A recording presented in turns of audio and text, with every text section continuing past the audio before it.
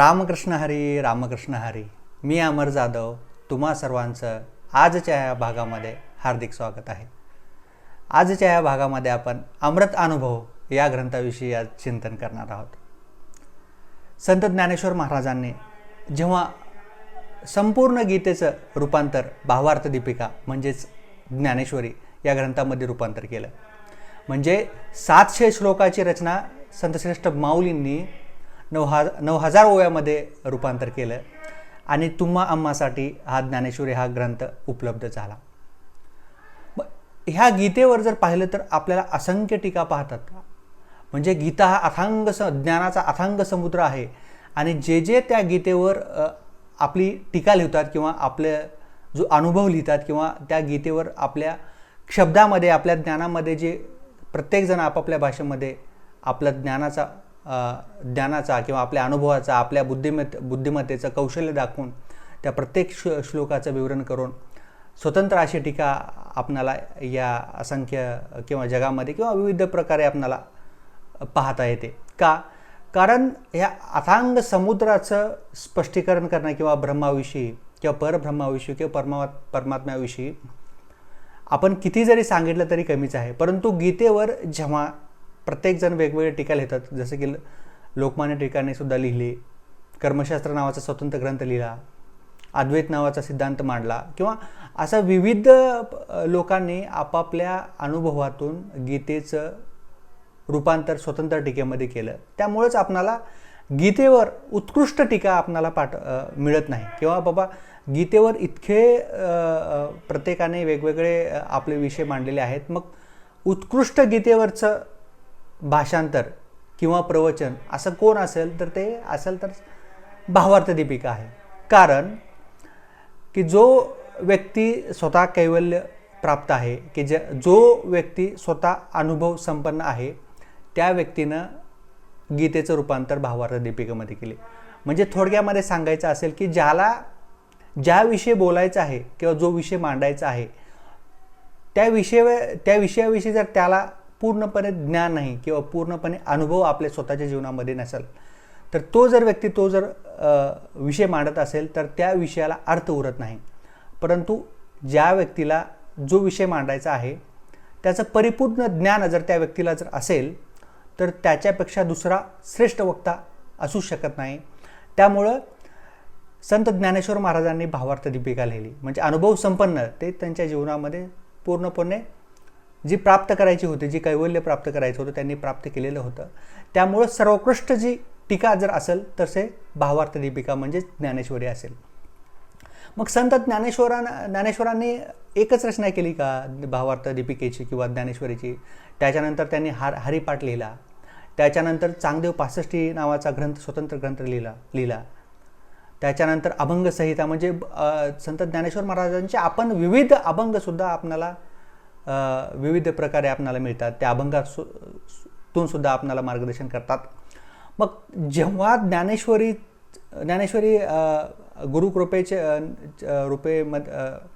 गुरूंच्या आशीर्वादानं जेव्हा ज्ञानेश्वरी संपन्न झाली किंवा कार्य सिद्धीला गेलं त्यावेळी म्हणजे गुरु श्री निवृत्तीनाथांनी ज्ञानेश्वर महाराजांना सांगितलं की ह्या ज्या तुझ्या कार्याचा किंवा ह्या ज्ञानाचा जे काया वाचा मनाने पूर्ण ह्या संप्रदायपूर्वक ह्या ग्रंथाला आत्मसात करतील तर ते सगळेजण काय होतील, आत्मज्ञान पूर्ण त्यांच्या जीवनामध्ये होईल.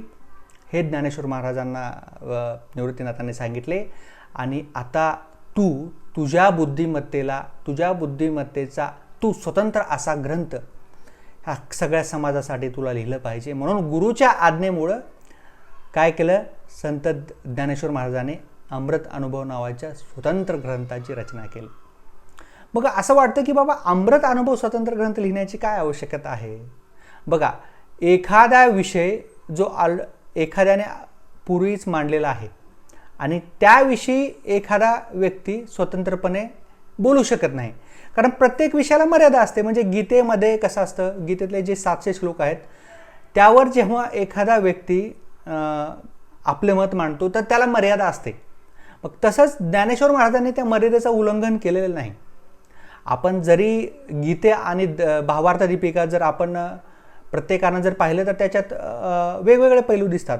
म्हणजे प्रामुख्याने सांगायचं जर म्हटलं तर जसं की ज्ञानेश्वरीला मंगलाचरण आहे, बरोबर, ज्ञानेश्वरीला प्रसादान आहे, ज्ञानेश्वरीला गुरु आणि शिष्य संवाद आहे, ज्ञानेश्वरीमध्ये श्रोते आणि ज्ञानेश्वर महाराजांचा संवाद आहे, ज्ञानेश्वरीमध्ये शिष्य संप्रदायाविषयी सुद्धा आहे, आणि ज्ञानेश्वरीमध्ये विविध विषयावर संत ज्ञानेश्वर महाराजांनी स्वतंत्र आपले विचार मांडलेले आहेत. परंतु ते विचार मांडत असताना ज्ञानेश्वर महाराज स्वतः काय सांगत असतात, पदांची कोर नसांडी. म्हणजे मी ही जी श्लोक आहे त्या श्लोकाचा जो मूळ गाभा आहे किंवा जो विचार मला मांडायचा आहे त्या मर्यादेच्या पलीकडे मी कधीच गेलेलो नाही.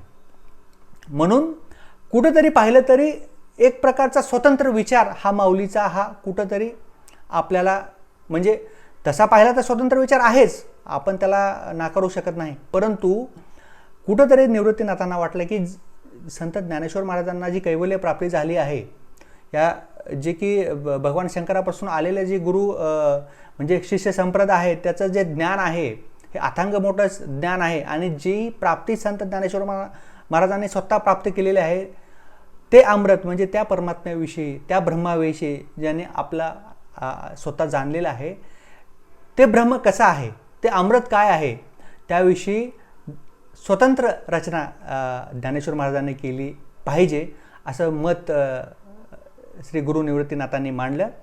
त्यामुळेच काय केलं, संत ज्ञानेश्वर महाराजांनी गुरुच्या आशीर्वादामुळे त्यांच्या इच्छेखातर स्वतंत्र अमृत अनुभव नावाचा ग्रंथ आपल्या सगळ्यांसाठी लिहिला. जर आपण अमृत अनुभवाविषयी जर पाहिलं तर अमृत अनुभव म्हणजे ज्याला आपल्या जीवनामध्ये तो अनुभव आलेला आहे, म्हणजे ब्रह्म काय, परमात्मा काय आहे, परमात्मा कसा आहे, किंवा त्याचं जर विवरण करायचं असेल किंवा म्हणजे थोडक्यामध्ये सांगायचं असेल की बाबा मी गुळाची गोडी ऐकलेली आहे मी, पण गुळाची गोडी जी आहे ती अनुभवलेली नाही. मग जगामध्ये जर आपण जर पाहिलं प्रत्येकजण परमात्म्याविषयी बोलतात, पण ते किती लोक अनुभव संपन्न आहेत? नक्कीच नाहीत. मग जे त्यांच्या जीवनामध्ये अनुभव संपन्न आहेत अशा कुणावर विश्वास ठेवायचं, तर आपण ठेवणं आजच्या काळामध्ये अतिशय अवघड काम आहे. म्हणून संत ज्ञानेश्वर महाराजांनी आपल्या जीवनामध्ये जो अनुभव घेतला, ज्या ब्रह्माविषयी, ज्या ब्रह्माच्या प्राप्तीविषयी, ते ब्रह्म कसं आहे, मग ते त्यांनी अमृत अनुभव या स्वतंत्र ग्रंथामध्ये त्यांनी मांडलेला आहे.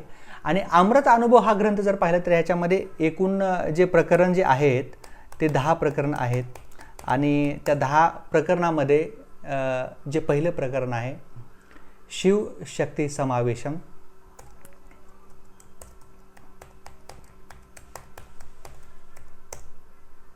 तर ते पहिलं प्रकरण जे आहे शिव शक्ती समावेशम. मग ह्या पहिल्या प्रकरणामध्ये संत ज्ञानेश्वर महाराजांचे पहिले जे मूळ 5 श्लोक आहेत. आता आपण जर पाहिलं अमृत अनुभवामध्ये तर 10 प्रकरणं आहेत. 10 प्रकरणामध्ये जर एकूण पाहिलं, एकूण ओव्या जर पाहिल्या, जसं की ज्ञानेश्वरमध्ये 9000 ओव्या आहेत, तसं ह्या अमृत अनुभवामध्ये सुद्धा 805 ते 806च्या आसपास संपूर्ण ओव्या आपल्याला ह्या अमृत अनुभवामध्ये मिळतात. आणि पहिलं जे प्रकरण आहे जे की शिवशक्ती समावेशन, ह्याच्यामध्ये म्हणजे मूळ जो विषय आहे की बाबा ह्या सृष्टी कशी निर्माण झालेली आहे, आणि ह्या सृष्टीचा आधार कोण आहे, आणि ह्या सृष्टीचा आविष्कार काय आहे, आणि ह्या सृष्टीला चालवणारा जो परब्रह्म परमात्मा आहे तो कसा आहे, हे संत ज्ञानेश्वर महाराज ह्या पहिल्या प्रकरणामध्ये सांगतात. तर ते आपण पहिल्या प्रकरणापासून आपण सुरुवात करणार आहोत. तर पहिल्या प्रकरणामध्ये शिवशक्ती समावेशन, शिव आणि शक्ती. शिव म्हणजे काय? शिव म्हणजे चेतना, आणि शक्ती म्हणजे त्या चेतनेचा आविष्कार. हे या प्रकरणामध्ये संत ज्ञानेश्वर महाराज मांडतात. मग त्याच्यामध्ये जो पहिला जो श्लोक आहे तो असा आहे, किंवा त्यामध्ये पहिले 5 जे आहेत ते मंत्र आहेत, आणि त्याच्यानंतर ते स्वतंत्र मराठीमधल्याच्या आपल्याला ओव्या आढळतात. त्याच्यामधल्या पहिल्या ओळीची जी ज्ञानेश्वर महाराज सुरुवात करतात ती अशी आहे की यदक्षर मना अख्येय यमानंद मज मवेवम श्रीमती निवृत्तीनाथे ख्यात दैवत माश्रयते. म्हणजे थोडक्यामध्ये त्या ब्रह्माविषयी ज्ञानेश्वर महाराज वर्णन करतात की यद क्षर, क्षर म्हणजे अक्षर, क्षर म्हणजे जे कधीच शब्दामध्ये आपण सांगू शकत नाही. म्हणजे अक्षर शब्दाच्या पलीकडे आहेत ते. अनाख्येय म्हणजे कितीही सांगण्याचा जरी आपण प्रयत्न जर केलं तरी त्याला शब्द म्हणजे कितीही बाजूनं जर त्या गोष्टीचं जर आपण विश्लेषण करण्याचा प्रयत्न केलं, त्याविषयी आपण त्याचं स्वरूप सांगण्याचा जरी प्रयत्न केले तरी आपण त्याचं पूर्णपणे स्वरूप जाणू शकत नाही आणि आपण सांगू शकत नाही. ते असे जे आहे ते जे ब्रह्म आहे त्या ब्रह्माविषयी माऊली ह्या श्लोकामध्ये सुरुवात करतात. आणि ते बघा, ब्रह्म जे आहे जे काळाच्या पलीकडे आहे, कार्याच्या पलीकडे आहे, जिथं आपलं मन पोचू शकतं त्याच्याही अगोदर. म्हणजे आपल्याला जर माहीत असेल की एखाद्या सगळ्यात जर जलद जर गोष्ट काय असेल तर आपलं मन असेल. आपलं मन इतकं फास्ट आहे की आता आपण एक क्षणाला जर विचार केला तर आपण कुठेही जाऊ शकतो. पण आपल्या मनाच्या जरी अगोदर कोण जर असेल तर ते असेल तिथं ब्रह्म किंवा तिथं परमात्मा पोचलेला असेल. म्हणजे सर्वव्यापी, सर्वदेशी, सर्व काल. म्हणजे असं कुठलंच ठिकाण नाही की जिथं परमात्मा नाही.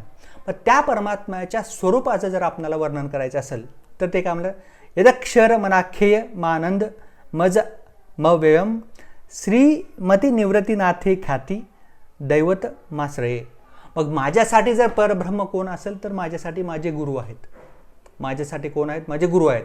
आणि माझ्या गुरु हेच माझ्यासाठी दैवत आहेत आणि तेच माझे दैवत असल्यामुळे मीच त्यांचा अंगीकार केलेला आहे, मीच त्यांचा स्वीकार केलेला आहे. अशा प्रकारे निवृत्तीनाथांच्या आदेशानुसार अमृत अनुभवाची सुरुवात झाली. आणि हा पहिल्या श्लोकामध्ये त्यांनी ब्रह्माची व्याप्ती आणि त्याचबरोबर माझ्यासाठी जर ब्रह्म कोण असेल तर ते म्हणजे माझ्यासाठी निवृत्तीनाथ आहेत आणि मी त्याचा पूर्णपणे अंगीकार किंवा स्वीकार केलेला आहे आणि मी पूर्णपणे त्यांना दैवत स्वरूप मी मानतो आणि त्यांचाच मी आश्रय घेतलेला आहे. अशा प्रकारे निवृत्तीनाथांच्या आदेशानुसार जसा हा अमृत अनुभवाची सुरुवात केली आणि माऊलींनी हा श्लोकाची रचना केली. म्हणजे ब्रह्माचं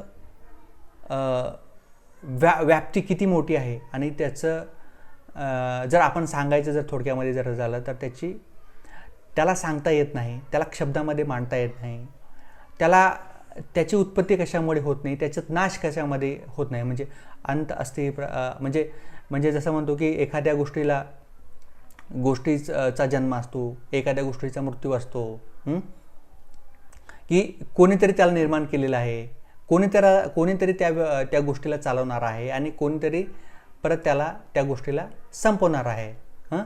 उत्पत्ती, स्थिती आणि लय. म्हणजे प्रत्येक गोष्टीला कशी असते, उत्पत्ती असते, स्थिती असते आणि लय असते. परंतु परब्रह्माला तशी नाही. त्याची उत्पत्तीही होत नाही आणि त्याचा लयही होत नाही. त्यामुळे तो परब्रह्म जे आहे ना, सर्व देशी, सर्व काली, सगळ्याच्या म्हणजे असा कुठलाच काळ राहणार नाही की जिथं तो परब्रह्म असणार नाही. असं हे संत ज्ञानेश्वर महाराज ह्या मंत्राच्या मार्फत आपल्या सगळ्यांना सांगतात. तर 5 ओव्याच्या नंतर, 5 मंत्रांच्या नंतर जर ॲक्च्युअली हा अमृत अनुभवाचा विस्तार चालू होतो, त्याच्यामध्ये शिव आणि शक्ती याची संपूर्णपणे माऊलींनी यामध्ये विश्लेषण केले आहे. आता थोडक्यामध्ये जर पाहायचं असलं तर शिव आणि शक्ती काय आहे? शिव आणि शक्ती, शिव म्हणजे चेतना, शिव म्हणजे चेतना आणि शक्ती म्हणजे त्या चेतनेचा आविष्कार. म्हणजे बघा, प्रामुख्यानं जर आपण पाहिलं तर या संपूर्ण विश्वाला चालवणारा जर कोण चालवत असेल तर तो परब्रह्म चालवतो किंवा ब्रह्म चालवतो. त्यालाच आपण म्हणतो की शिव हा ह्या सृष्टीचा आधार आहे. किंवा ह्या सृष्टीचा आधार का आहे परमात्मा? कारण जी चेतना आहे किंवा जो प्राण आहे तुमच्या आमच्यामध्ये आहे किंवा प्रत्येकाच्या हृदयामध्ये स्थित असलेला जो आत्मा आहे, तो आत्मा, तो चैतन्य कुणामुळे आहे प्रत्येकामध्ये? तर ते शिवमुळे आहे. म्हणून ते शिवतत्व जे आहे ती चेतना आहे. आणि जी शक्ती, शिव आणि शक्ती, शक्ती जी आहे त्या चेतनेचा आविष्कार आहे. म्हणजे बघा, एखाद्या व्यक्तीमध्ये म्हणजे एखाद्या व्यक्तीचा जन्म झालेला असतो. जन्म झाल्याच्या नंतर त्याला ह्या सृष्टीमधील त्या गुणामध्ये, प्रकृतीतल्या गुणामुळे त्याला अडकावं लागतं. म्हणजे थोडक्यामध्ये सांगायचं जर झालं तर जन्म झालं तर हा जो जीव असतो हा भौतिक प्रकृतीमध्ये लगेच येतो. मग त्यामुळे सत्व, रजो आणि तमो हे 3 गुणांची प्रकृती आहे. मग लगेच जन्म झाला की त्या व्यक्तीला काय असतं, त्याचं मन असतं, त्याला मन, बुद्धी, चित्त, बुद्धी, अहंकार ह्या सगळ्या गोष्टीचा त्याला सामना करावा लागतो. पण परब्रह्माविषयी असं असते का? परब्रह्म हा सगळ्यांच्या पलीकडे आहे. त्याला मन नाही, त्याला बुद्धी नाही, त्याला म्हणजे त्याला काहीच नाही. तो सगळ्यांचा आदी आहे. त्याच्यामुळं तो प्रकृतीच्या पलीकडे आहे, प्रकृतीमध्ये नाही. प्रकृतीमध्ये जीव असतो. म्हणून शिव जरी चेतना जरी असली तर त्या चेतनेला चालवण्यासाठी शक्ती लागते. म्हणजे त्याला त्या ऊर्जेचं आविष्कार दाखवण्यासाठी त्याला प्रकृती लागते. म्हणून शिव आणि शक्ती हे एकच आहे. दिसत असताना आपण जेव्हा पाहिलं असताना आपल्याला शिव वेगळा आहे आणि शक्ती म्हणजे प्रकृती आणि पुरुष, जड आणि चेतना, थोडक्यामध्ये हे दिसत असताना आपल्याला काय दिसतंय, त्याचं रूप हे आहे, द्वैत दिसतं. म्हणजे दोन गोष्टी वेगवेगळ्या आपल्याला दिसत असतात. परंतु मूळतः जर पाहिलं तर त्या दोन्ही गोष्टी ह्या दिसत असताना जरी द्वैत दिसत असल्या तरी त्या दोन्ही अद्वैत आहेत. त्या एकच आहेत. कारण त्या एकच परमात्म्या च्या अधिकारामध्ये ते चालत असतात. त्याला वेगळं नाही समजू शकत. म्हणजे याला जर सांगायचं झालं तर आपण बघा, समुद्रामध्ये जे उत्पन्न झालेली जी लाट आहे त्याला आपण पाण्यापासून वेगळं समजू शकतो का? नक्कीच नाही. किंवा एखादी अग्नी आहे, त्या अग्नीमधला जो उष्णता आहे, अग्नीमधली जी उष्णता आहे त्या उष्णतेला आपण अग्नीपेक्षा वेगळं आपण समजू शकतो का? किंवा सूर्याला सूर्याच्या प्रकाशापासून आपण वेगळं समजू शकतो का? नाही. त्याचप्रमाणे शिव जे आहे, शिव जे तत्व आहे किंवा जी चेतना आहे त्या चेतनेला आपण शक्तीपेक्षा वेगळं समजू शकत नाही. त्याच्यामुळेच शिवशक्ती समावेशन म्हणजे शिव आणि शक्ती हे एकच आहे. शिव जरी ह्या सृष्टीचा आधार जर असेल तर त्या चेतनेचा आविष्कार किंवा त्याची ऊर्जा शक्ती जी आहे की आपण बघा, एखादं कार्य म्हणजे एखादा कागद कोरा आहे, बरोबर, एखादा पेपर आहे, कागद पूर्णपणे कोरा आहे, तो शिव आहे सोप्या भाषेमध्ये. पण त्या कोऱ्या कागदावर लिहिण्यासाठी कशाची आवश्यकता लागते? शक्तीची लागते. मला पेन उचलावं लागेल, हातामध्ये पेन घ्यावं लागेल आणि मग लिहावं लागेल. म्हणजे शिवाय शक्ती नाही, शक्तीशिवाय शिवाय नाही. म्हणजेच अर्धनारीश्वर म्हणजे शिव आणि शक्ती हे दोघं सुद्धा एकमेकापासून परिपूर्ण होऊ शकत नाहीत. म्हणजे बघा, आपण चालतो, बोलतो, कार्य करतो, विविध प्रकारचे कार्य करत असतो. कशामुळे करतो? आपल्यामध्ये ती कार्य करण्याची जी ऊर्जा आहे ती ऊर्जा आहे. मग आता आपण म्हणतो की शक्तीचं स्वरूप काय आहे? आपल्यामध्ये जी शक्ती आहे ती शक्ती ह्याच्यापासून भिन्न आहे. म्हणजे जो आपल्या हृदयामध्ये स्थित असलेला जो आत्मा आहे तो प्रत्येक गोष्ट ऑब्झर्व करत असतो, परंतु तो कार्यापासून अलग असतो. म्हणजे थोडक्यामध्ये तो पाहत असतो परंतु तो कार्य म्हणजे आता एखादा व्यक्ती चांगलं काम करतो आणि वाईट काम करतो. कशामुळे करतो? तर त्याच्यामध्ये असलेल्या चांगल्या वाईट गुणामुळे तो कार्य करत असतो. मग आत्मा ह्या चांगल्या वाईट कार्यामध्ये काय करत असतो? तो अलिप्त असतो. तो फक्त ऑब्झर्व करत असतो, तो फक्त पाहत असतो. तो त्याला त्या गुणामध्ये तुम्ही घेऊ शकत नाही. तो शुद्ध चेतना आहे आपल्या व्यक्तीमध्ये. म्हणजे कार्य जे व्यक्तीकडून घडत असतं ते कशामुळे होतं? त्या ऊर्जा शक्तीमुळे घडत असतं. आणि हे सगळं प्रकृतीमुळे घडत असतं. म्हणजे सत्व, रज, तमो ह्या प्रकृतीमध्ये उत्पन्न झाल्यामुळे विविध प्रकारचे कार्य प्रत्येक मनुष्याकडून होत असतात. आणि त्याच प्रकारचं स्वरूप हे प्रत्येक व्यक्तीचं असतं. त्यामुळे शिव जरी चेतना जरी असली तर त्या चेतनेला चालवण्यासाठी शक्तीची आवश्यकता असते.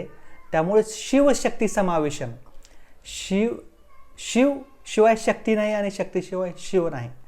त्यामुळेच अतिशय सुंदर प्रकारे संत ज्ञानेश्वर महाराजांनी ह्याचं वर्णन पहिल्या या प्रकरणामध्ये केलेलं आहे.